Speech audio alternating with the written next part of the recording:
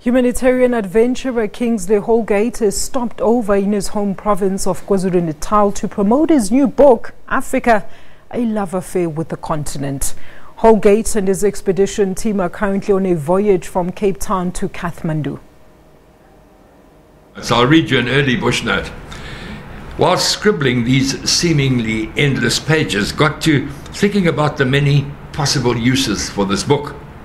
It could be used as an old Land Rover handbrake, a pygmy bed, a cure for insomnia, a bulletproof vest, ballast for a dhow, a chopping block.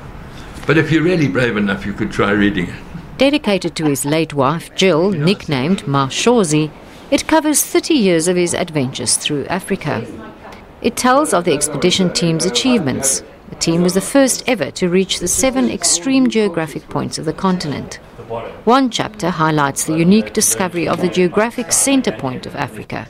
It was a tough journey through rainforests, armed with thousands of GPS coordinates to the heart of Africa in the Republic of Congo. And the joy of finally getting to the center point of Africa, putting this beacon, screwing it into the root of an old tree.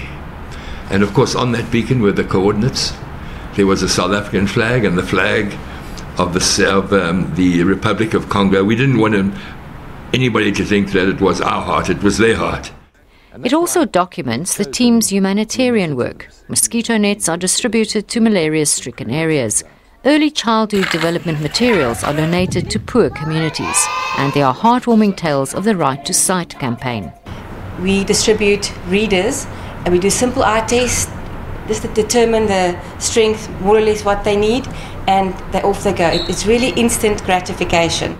The team's conservation education project has reached more than 400,000 children. 5 years ago, we started a project called Rhino Art, Let the Children's Voices Be Heard. It is a community conservation educational program because with the rise in rhino poaching back in 2013, there was an enormous lack of information about how well communities were being brought into the fight to stop rhino poaching here in South Africa. Planning to go beyond the borders of Africa through to Nepal in Asia is a logistical nightmare. It's a lot of paperwork, a lot of logistics, a lot of police clearance, a lot of Interpol, a lot of drama behind just actually putting a vehicle into a container. Thereafter, from a visa perspective, we don't actually have representation for a lot of the STAN countries. And when I mention the STAN, it's like Uzbekistan, Afghanistan, Tajikistan, Turkmenistan. The team says travelling in Africa has taught them patience, which should stand them in good stead as they venture into unknown parts of the world. Renee Heine, SABC News, Zinkwazi.